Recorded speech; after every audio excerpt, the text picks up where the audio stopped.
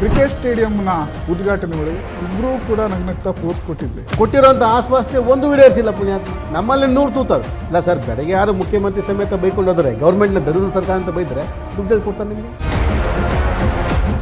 ನಿಮ್ಮ ಆಪ್ತ ಸ್ನೇಹಿತ ಸುರೇಶ್ ಗೌಡ ಅವರ ವಿರುದ್ಧ ನರಸತ್ತ ಶಾಸಕ ಅನ್ನುವಂಥ ಒಂದು ಪದವನ್ನು ಬಳಸ್ತೀವಿ. ಮತ್ತೆ ಸವಾಲು ನಾನು ಹಿಟ್ಲರು, ನಾನು ಹೇಳ್ದಂಗೆ ನಡೀಬೇಕು ಅಂತ ಯಾರು ಕೇಳಿ ಹೆಬ್ಬೂರ್ನ ತಾಲೂಕು ಹೆಡ್ ಕ್ವಾರ್ಟರ್ ಮಾಡ್ತೀವಿ ಅಂತ ಘೋಷಣೆ ಮಾಡಿದ್ರು. ಏನು ಮಾಡಿದ್ರೆ ನೀವು ಒಂದಾರು ಈಡೇರಿಸಿ ಅನ್ನೋಂಥದ್ದು ವಿಚಾರವಾಗಿ ನಾನು ನರಸತ್ತ ಶಾಸಕರು ಅಂತ ಹೇಳಿದ್ದೀನಿ. ಇದನ್ನು ಒಂದೊಂದೇ ಮುಚ್ಕೊಳ್ಳೋದು ಬಿಟ್ಬಿಟ್ಟು ಮಾತಿರ್ತಾರೆ ಪರಮೇಶ್ವರ್ ಬೈಯೋದು. ವೀಕ್ಷಕರೇ, ತುಮಕೂರು ಗ್ರಾಮಾಂತರ ಕ್ಷೇತ್ರದ ರಾಜಕೀಯದ ಬಗ್ಗೆ ನಿಮಗೆ ಹೆಚ್ಚೇನು ಹೇಳಬೇಕಾಗುವುದಿಲ್ಲ. ಇಲ್ಲ, ತುಮಕೂರು ಜಿಲ್ಲೆಯ ಉಳಿದೆಲ್ಲ ಕ್ಷೇತ್ರಗಳ ರಾಜಕಾರಣ ಒಂದು ರೀತಿಯಾಗಿದ್ದರೆ ತುಮಕೂರು ಗ್ರಾಮಾಂತರ ಕ್ಷೇತ್ರದ ರಾಜಕಾರಣವೇ ಬೇರೆ. ಇಲ್ಲಿ ಪ್ರತಿ ಬಾರಿ ಚುನಾವಣೆ ಬಂದಾಗಲೂ ಕೂಡ ತ್ರಿಕೋನ ಸ್ಪರ್ಧೆ ಈ ಥರದ ಯಾವುದೇ ಪದಗಳು ಕೂಡ ಇಲ್ಲಿ ಇರೋದಿಲ್ಲ. ಕೇವಲ ನೆಕ್ ಟು ನೆಕ್ ಫೈಟ್ ಇರುವಂಥದ್ದು ಎರಡೇ ಅಭ್ಯರ್ಥಿಗಳ ನಡುವೆ. ಅದು ಕೂಡ ಪಕ್ಷಗಳೆಲ್ಲವೂ ಕೂಡ ಇಲ್ಲಿ ನಗಣ್ಯ. ಆ ವ್ಯಕ್ತಿಗಳು ಮಾತ್ರ ಇಲ್ಲಿ ಬಹು ಮುಖ್ಯವಾಗಿ ಇರುವಂಥದ್ದು. ಹೀಗಾಗಿ ಇಲ್ಲಿ ಯಾವಾಗಲೂ ಕೂಡ ಸಾಕಷ್ಟು ಜಿದ್ದಾಜಿದ್ದಿನ ಕಣವಾಗಿರುತ್ತೆ. ಏಟಿಗೆ ಎದುರೇಟು, ಸೇರಿಗೆ ಸವ್ವಾ ಸೇರು, ಈ ರೀತಿಯಾದಂಥ ರಾಜಕಾರಣವೇ ಇಲ್ಲಿ ಯಾವಾಗಲೂ ಕೂಡ ಇರುವಂಥದ್ದು. ಅದರಲ್ಲಿಯೂ ಕೂಡ ಸುರೇಶ್ ಗೌಡ ಇರ್ಬೋದು, ಗೌರಿಶಂಕರ್ ಇರ್ಬೋದು, ಯಾವಾಗಲೂ ಕೂಡ ಹಾವು ಮುಂಗುಸಿಯಂತೆ ಒಂದು ರಾಜಕಾರಣವನ್ನು ನಡೆಸ್ಕೊಳ್ತಾ ಬರ್ತಾ ಇರ್ತಾರೆ. ಆದರೆ ಇತ್ತೀಚೆಗೆ ಅಂತಾರಾಷ್ಟ್ರೀಯ ಕ್ರಿಕೆಟ್ ಸ್ಟೇಡಿಯಂನ ಉದ್ಘಾಟನೆ ವೇಳೆ ಇಬ್ಬರು ಕೂಡ ಕುಚುಕುಗಳಂತೆ ಕೈ ಕುಲ್ಕೊಂಡು ಇಬ್ಬರು ಕೂಡ ಒಂದು ರೀತಿಯಾಗಿ ದೋಸ್ತಿಗಳ ಹಾಗೆ ಪೋಸನ್ನು ಕೂಡ ಕೊಟ್ಟಿದ್ದರು. ಎಲ್ಲರೂ ಕೂಡ ಏನು ಅಂದ್ಕೊಂಡಿದ್ರು, ಇಬ್ಬರು ಕೂಡ ದೋಸ್ತಿಗಳಾಗ್ಬಿಟ್ರು, ತುಮಕೂರು ಗ್ರಾಮಾಂತರದ ರಾಜಕೀಯ ಬೇರೆ ದಿಕ್ಕಿನತ್ತ ಹೋಗ್ತಾ ಇದೆ ಅನ್ನುವಂಥ ಒಂದು ಚರ್ಚೆಗಳೆಲ್ಲವೂ ಕೂಡ ಶುರುವಾಗಿದ್ವು. ಆದರೆ ಇದೀಗ ಮತ್ತೆ ಇವರಿಬ್ಬರ ನಡುವೆ ಟಾಕ್ ಫೈಟ್ ಶುರುವಾಗಿರುವಂಥದ್ದು. ಇವತ್ತು ಈ ಎಲ್ಲ ವಿಚಾರಗಳ ಬಗ್ಗೆ ಮಾತನಾಡ್ತಾ ಹೋಗೋಣ.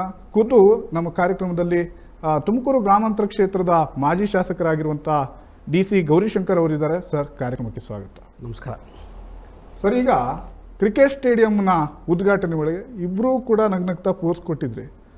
ಅದಾದಮೇಲೆ ನಿಮ್ಮ ಆಪ್ತ ಸ್ನೇಹಿತ ಸುರೇಶ್ ಗೌಡ ಅವರ ವಿರುದ್ಧ ನರಸತ್ತ ಶಾಸಕ ಅನ್ನುವಂಥ ಒಂದು ಪದವನ್ನು ಬಳಸ್ತೀರಿ. ಈ ಪದವನ್ನು ಬಳಸಿ ಆದಮೇಲೆ ಮತ್ತೊಂದು ಸುತ್ತಿನ ಟಾಕ್ ಫೈಟ್, ಟಾಕ್ ವಾರ್ ಎಲ್ಲವೂ ಶುರು ಆಗಿರುವಂಥದ್ದು. ಏನು ಹೇಳ್ತೀರಾ ಸರ್? ನೋಡಿ, ಈಗ ಭಾಳ ವರ್ಷಗಳ ಕನಸಿತ್ತು ಈ ಭಾಗದಲ್ಲಿ, ತುಮಕೂರು ಜಿಲ್ಲೆಯಲ್ಲಿ ವಿಶೇಷವಾಗಿ ಈ ಸ್ಪೋರ್ಟ್ಸ್ ಅಂತ ಬಂದಾಗ ವಿಚಾರವಾಗಿ ಹಲವಾರು ಗ್ರಾಮೀಣ ಭಾಗದ ಯುವಕರುಗಳಿಗೆ ಅವಕಾಶ ಸಿಗ್ತಾಯಿಲ್ಲ. ಕ್ರಿಕೆಟ್ ಆಗ್ಬೋದು ಅಥವಾ ಫುಟ್ಬಾಲ್ ಆಗ್ಬೋದು ಮತ್ತು ಯಾವುದೇ ರೀತಿಯ ವಿವಿಧವಾದಂಥ ಸ್ಪೋರ್ಟ್ಸ್ ವಿಚಾರ ಬಂದಾಗ ಅವ್ರಿಗೆ ಎನ್ಕರೇಜ್ಮೆಂಟ್ ಇರಲಿಲ್ಲ. ಇಲ್ಲಿ ಪ್ರತಿಭೆ ಇದೆ, ಎನ್ಕರೇಜ್ಮೆಂಟ್ನ ಹೊರಗಡೆ ತಂದು ಅವ್ರಿಗೆ ತೋರಿಸ್ಲಿಕ್ಕೆ ಅವಕಾಶ ಆಗ್ತಿರಲಿಲ್ಲ. ನ್ಯಾಷನಲ್ ಲೆವೆಲ್ಗೋ ಇಂಟರ್ನ್ಯಾಷನಲ್ ಲೆವೆಲ್ಗೋ ಆಡಲಿಕ್ಕೆ ಅವಕಾಶ ಇರೋವಂಥ ಎಷ್ಟೋ ಜನ ಇವತ್ತು ಯುವಕರುಗಳು ಮತ್ತು ಯುವತಿಯರು ನಮ್ಮ ಜಿಲ್ಲೆಯಲ್ಲಿ ಇದ್ದಾರೆ. ಸೊ ಇದನ್ನು ಮನಗಂಡಂಥ ನಮ್ಮ ಡಾಕ್ಟರ್ G. ಪರಮೇಶ್ವರ್ ಸಾಹೇಬರು ಅವರು ಹೋಮ್ ಮಿನಿಸ್ಟರ್ ಆದಮೇಲೆ ಕಾಂಗ್ರೆಸ್ ಸರ್ಕಾರ ಬಂದಾದಮೇಲೆ ಅವರು KSC ಹತ್ರ ಕೂತ್ಕೊಂಡು ಅವರೇ ಬಂದು ಭೇಟಿ ಆದಮೇಲೆ ಸರ್ಕಾರದಿಂದ KDB ಮೂಲಕ ಜಮೀನು ಕೊಡಿಸಿ ಅವರಿಗೆ ಹಸ್ತಾಂತರನ ಕೂಡ ಮಾಡಿ ಸುಮಾರು 150-200 ಕೋಟಿ ರೂಪಾಯಿನೆಲ್ಲ ಒಂದು ಕಡೆ ನಮ್ಮ ಜಿಲ್ಲೆಯಲ್ಲೇ ಒಂದು ಸ್ಟೇಡಿಯಂ ಆಗಬೇಕು ಅನ್ನೋವಂಥದ್ದು ಒಂದು ಕನಸಿತ್ತು ಅವರಿಗೆ. ಸೊ ಆ ನಿಟ್ಟಿನಲ್ಲಿ ನಾವು ವಿಶೇಷವಾಗಿ ತುಮಕೂರು ಗ್ರಾಮಾಂತರ ಕ್ಷೇತ್ರ, ಅದು ನಮ್ಮ ಕ್ಷೇತ್ರದಲ್ಲಿ ಬೆಳ್ಳಾವಿ ಹೋಬಳಿ ಸೂರ್ಯಕುಂಟೆ ಪಂಚಾಯತಿ ಭಾಗದಲ್ಲಿ ಮಾಡಬೇಕು ಅಂತ ತೀರ್ಮಾನ ಕೂಡ ಆಗಿತ್ತು. ಅದಾಯಿತು. ಸಿದ್ದರಾಮಯ್ಯನವರು ಬಂದರು, ಮುಖ್ಯಮಂತ್ರಿಗಳು DK ಶಿವಕುಮಾರ್ ಬಂದರು, ಪರಮೇಶ್ ಸಾಹೇಬರು ಬಂದರು, ರಾಜಣ್ಣವ್ರು ಬಂದರು, ಆಯಿತು. ಶಂಕುಸ್ಥಾಪನೆ ಕೂಡ ಎಲ್ಲ ಮುಗೀತು. ಅಲ್ಲಿ ದೋಸ್ತಿ ಬಗ್ಗೆ ನೀವು ಈಗ ತಾನೇ ಚರ್ಚೆ ಮಾಡ್ತಿದ್ದೀರಿ. ಬಟ್ ಏನು, ನಾನು ಯಾವತ್ತೂ ಕೂಡ ಸುರೇಶ್ ಗೌಡನ ವಿರೋಧ ಮಾಡ್ಕೊಂಬಂದಿಲ್ಲ. ವೈಯಕ್ತಿಕವಾಗಿ ನನಗೂ ಅವ್ರಿಗೂ ಯಾವುದೇ ಕಾರಣಕ್ಕೂ ದ್ವೇಷ ಇಲ್ಲ. ಇವತ್ತು ಕೂಡ ನಾನು ಪ್ರಸ್ತಾಪ ಮಾಡ್ತೀನಿ, ಯಾವುದೇ ಕಾರಣಕ್ಕೂ ನನಗೂ ಅವ್ರಿಗೂ ವೈಯಕ್ತಿಕವಾಗಿ ದ್ವೇಷ ಇಲ್ಲ. ಬಟ್ ಏನು ಅಂದರೆ, ಅವರು ರಾಜಕಾರಣ ಬಂದಾಗ ಅವರು ಮಾಡಿದ್ದೇ ಸರಿ ಅನ್ನೋವಂಥ ಮನೋಭಾವ ಅವ್ರಿಗಿದೆಯಲ್ಲ, ಅದು ನಾನು ಎಲ್ಲ ವಿರೋಧ ಮಾಡ್ತೀನಿ.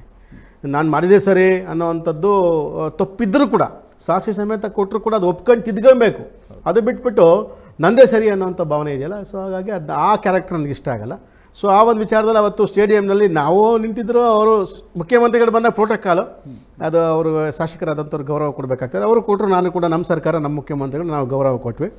ಅಲ್ಲಿ ಸುರೇಶ್ ಬಾಬು ಇದ್ದಂಥವ್ರು, ಚಿಕ್ಕನಾಯಕನಹಳ್ಳಿ ಸುರೇಶ್ ಬಾಬು ಇದ್ದಂಥವ್ರು, ಯಾಕೆ ರಾಜಕಾರಣದಲ್ಲಿ ಹೋಗ್ತವೆ ಬರ್ರಿ ಇಬ್ಬರು ಅಂತ ಅವರೇ ಕರೆದ್ಬಿಟ್ಟು ಕೈ ಕೊಡಿಸ್ಬಿಟ್ಟು ಇಬ್ರಿಗೂ ಮಾತಾಡ್ಸಿದ್ರು. ಭಾಳ ವರ್ಷ ಕಡೆಯಿಂದ ಮಾತಾಡಿದ್ದು ನಿಜಾನೇ.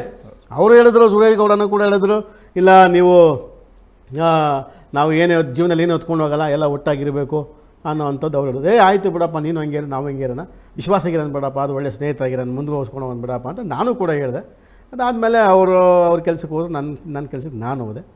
ತದನಂತರ ಇಲ್ಲಿ ಈಗ ತಾವು ಪ್ರಸ್ತಾಪ ಮಾಡ್ದಂಗೆ ನರಸತ್ತ ಶಾಸಕರು ಅನ್ನೋವಂಥ ವಿಚಾರ ಚರ್ಚೆಗೆ ಬಂದಿದ್ದು. ನಾನು ವೈಯಕ್ತಿಕ ಟಾರ್ಗೆಟ್ ಅಲ್ಲ. ಈಗ ಪರಮೇಶ್ವರ್ ಅವರು ಅವ್ರದ್ದೇ ಆದಂಥ ಒಂದು ಗುರಿ ಇಟ್ಕೊಂಡು ಅವ್ರ ಜಿಲ್ಲೆಯ ಅಭಿವೃದ್ಧಿ ವಿಚಾರ ಬಂದಾಗ ಈಗ ಬೆಳಗಾಂ ಬಿಟ್ಟರೆ ಅತಿ ಹೆಚ್ಚು ದೊಡ್ಡ ಜಿಲ್ಲೆ ಅಂತ ಬೆಂಗಳೂರು ಸಿಟಿ ಬಿಟ್ಬಿಡಿ, ಬೆಳಗಾಂ ಬಿಟ್ಟರೆ ಗ್ರಾಮೀಣ ಭಾಗದ್ದು ನೆಕ್ಸ್ಟ್ ಅತಿ ಹೆಚ್ಚು ದೊಡ್ಡ ಜಿಲ್ಲೆ ಇರೋವಂಥದ್ದು ತುಮಕೂರು ಜಿಲ್ಲೆ. ಅವ್ರ ಕನಸಿದೆ ಏನಾದ್ರು ಮಾಡಿ ತುಮಕೂರು ಜಿಲ್ಲೆಗೆ ಒಂದಷ್ಟು ಇಡೀ ಕರ್ನಾಟಕದ ಒಂದು ಗೌರವ ಕೊಡುವಂಥದ್ದು ಕೆಲಸಗಳು ಮಾಡಬೇಕು ಅನ್ನೋವಂಥದ್ದು ಹಲವಾರು ಕನಸಿದೆ. ಆ ಕನಸು ಮಾಡೋಕ್ಕೆ ಹೊರಟಾಗ ಸಪೋರ್ಟ್ ಮಾಡಬೇಕು.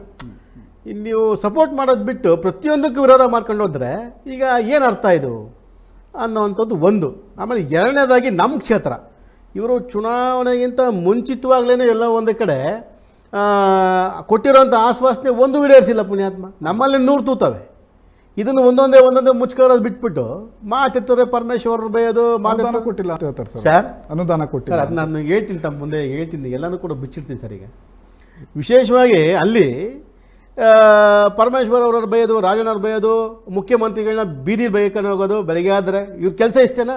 ಡಿ ಕೆ ಶಿವಕುಮಾರ್ ಅವ್ರು ಬೈಯೋದು ಇಲ್ಲ ಸರ್. ಬೆಳಗ್ಗೆ ಯಾರು ಮುಖ್ಯಮಂತ್ರಿ ಸಮೇತ ಬೈಕೊಂಡು ಹೋದರೆ ಗೌರ್ಮೆಂಟ್ನ ದರಿದ್ರ ಸರ್ಕಾರ ಅಂತ ಬೈದರೆ ದುಡ್ಡು ಕೊಡ್ತಾರೆ ನಿಮಗೆ ಸರ್. ದುಡ್ಡು ಕೆಲಸ ಮಾಡಬೇಕು ಕ್ಷೇತ್ರಕ್ಕೆ ಅಂದರೆ ಮುಖ್ಯಮಂತ್ರಿಗಳಿಗೆ ಮನವಿ ಕೊಡಬೇಕು. ನಾವು ವಿರೋಧ ಪಕ್ಷದಲ್ಲಿ ಇದ್ದಂಥವ್ರು ಹೋಗಿ ಅವ್ರನ್ನ ಭೇಟಿ ಮಾಡಿ, ಅಣ್ಣ ನಮ್ಮ ತಾಲೂಕಿನ ಜನರ ಸಮಸ್ಯೆ ಹೆಂಗಿದೆ, ನೀವು ಬಗೆಹರಿಸ್ಕೊಡ್ಬೇಕು, ಈ ಸಮಸ್ಯೆ ಆಗ್ತದೆ ಅಂತ ಕೇಳ್ಕೊಂಡ್ರೆ ಮನವಿ ಕೊಟ್ಟರೆ ಮನವಿ ಕೊಡಬೇಕಲ್ವ ಒಬ್ಬ ಮುಖ್ಯಮಂತ್ರಿಗಳು ಕೊಟ್ಟಕ್ಕಲ್ಲದು. ಅದು ಬಿಟ್ಬಿಟ್ಟು ಬೆಳಗ್ಗೆ ಬೈಕೊಂಡ್ರೆ ಎಲ್ಲಿ ದುಡ್ಡು ಕೊಡ್ತಾರೆ ನಿಮ್ಮ ಡೆವಲಪ್ಮೆಂಟ್ಗೆ? ನೀವು ಯೋಚನೆ ಮಾಡಿ ನೋಡೋಣ. ಇದು ನಾವು ಮತ್ತು ನೋಡಿ ನಮ್ಮಲ್ಲೀಗ ಈಗ ಅವ್ರು ಆಶ್ವಾಸನೆ ಕೊಟ್ಟಿದ್ದು ನಾನು ಒಂದೆರಡು ಕೊಡ್ತೀನಿ ಬೇಕಾದ್ರೆ ವಿಡಿಯೋಸ್ ತಮಗೇನೆ ಕೂಡ. ಉದಾಹರಣೆಗೆ ಹೆಬ್ಬೂರು ಒಬ್ಬಳಿದೆ ಕೊಟ್ಬಿಡ್ತೀನಿ ತಮಗೆ. ಅಲ್ಲಿ ಚುನಾವಣೆಗಿಂತ ಮುಂಚಿತವಾಗಿ ಅವ್ರ ಕಾರ್ಯಕರ್ತರಿಗೆ ಜನ ಸೇರಿಸಿ ಒಂದು ಭಾಷಣ ಮಾಡೋರು, ವಿಡಿಯೋ ಸಮೇತ ಕೊಡಬಲ್ಲೆ. ಏನು ಮಹಿಳಾ ಯೂನಿವರ್ಸಿಟಿ ತಗೋಬತ್ತೀನಿ ಅಂತ ಅಂದರೆ ಎಲ್ಲಿದೆ ಅದು? ಚಾಲನೆ ಇಲ್ಲ, ವಿಚಾರನೇ ಇಲ್ಲ ಅದು. ಜೊತೆಯಲ್ಲಿ ಹೆಬ್ಬೂರಿಗೆ ITI ಕಾಲೇಜ್ ತಗೋಬತ್ತೀನಿ ಅಂತ ಹೇಳಿದ್ರಿ, ಎಲ್ಲಿದೆ ಅದು? ಆ ಮಾತೇ ಇಲ್ಲ ಸದ್ಯಕ್ಕೆ ಪುಣ್ಯಾತ್ಮರ ಬಾಯಲ್ಲಿ. ಹೆಬ್ಬೂರನ್ನ ತಾಲೂಕು ಹೆಡ್ ಕ್ವಾರ್ಟರ್ ಮಾಡ್ತೀವಿ ಅಂತ ಘೋಷಣೆ ಮಾಡಿದ್ರಿ. ಎಲ್ಲಿ ಮಾಡಿದ್ರಿ ನೀವು? ಒಲಿ ತಾಲೂಕು ಹೆಡ್ ಕ್ವಾರ್ಟರ್ ಮಾಡಬೇಕು ಅಂದರೆ ಈ ಘೋಷಣೆ ಮಾಡಿದ್ರೆ ಒಂದು 8-10 ವರ್ಷ ಬೇಕು ಇಂಪ್ಲಿಮೆಂಟ್ ಆಗಲಿಕ್ಕೆ. ಪ್ರಸ್ತಾಪನೆ ಇಲ್ವಲ್ಲ ಗೌರ್ಮೆಂಟ್ ಮುಂದೆ. ಇವೆಲ್ಲ ಸುಳ್ಳು ಆಶ್ವಾಸನೆಗಳಲ್ವಾ? ಒಂದಾರು ಈಡೇರಿಸಿ ಅನ್ನೋಂಥದ್ದು ವಿಚಾರವಾಗಿ ನಾನು ನರಸತ್ತ ಶಾಸಕರು ಅಂತ ಹೇಳಿದ್ದೀನಿ. ಅಂದರೆ ನಾನು ಉದ್ದೇಶಪೂರ್ವಕವಾಗಿ ಹೇಳಿರೋವಂಥದ್ದು ಇಡೀ ತುಮಕೂರು ಜಿಲ್ಲೆಯಲ್ಲಿ ಎಲ್ಲ ಶಾಸಕರು ಅವರವರ ತಾಲೂಕಿನಲ್ಲಿ ಕೆಲಸಗಳು ಮಾಡ್ತಾವ್ರೆ, ದುಡ್ಡನ್ನು ತಗೋಬರ್ತಾವ್ರೆ, ಅನುದಾನ ತಗೊಂಬಂದು ಕೆಲಸ ಮಾಡ್ತಾರೆ. ನಿಮ್ಮ ಕೈಲಿ ಯಾಕೆ ಆಗ್ತಾ ಇಲ್ಲ ಅನ್ನೋ ನನ್ನ ಪ್ರಶ್ನೆ. ಅದಕ್ಕೆ ಉತ್ತರ ಕೊಡಬೇಕು. ಬಿಟ್ಟರೆ ಆಗಿರೋ ಲೋಪಗಳನ್ನ ಸರಿಪಡಿಸ್ಕೋಬೇಕು ಬಿಟ್ಟರೆ ವಿನ ಅದು ಬಿಟ್ಬಿಟ್ಟು ಮತ್ತೆ ಸವಾರಿ ನಾನು ಹಿಟ್ಲರು ನಾನು ಹೇಳ್ದಂಗೆ ನಡೀಬೇಕು ಅಂದರೆ ಯಾರು ಕೇಳ್ತಾರೆ? ಸೊ ಅದಕ್ಕೆ ಈ ಸ್ಟೇಟ್ಮೆಂಟ್ ಕೊಡೋದು ಅಷ್ಟೇ ಬಿಟ್ಟರೆ ಬೇರೆ ಉದ್ದೇಶ ಇರಲಿಲ್ಲ ನನಗೆ.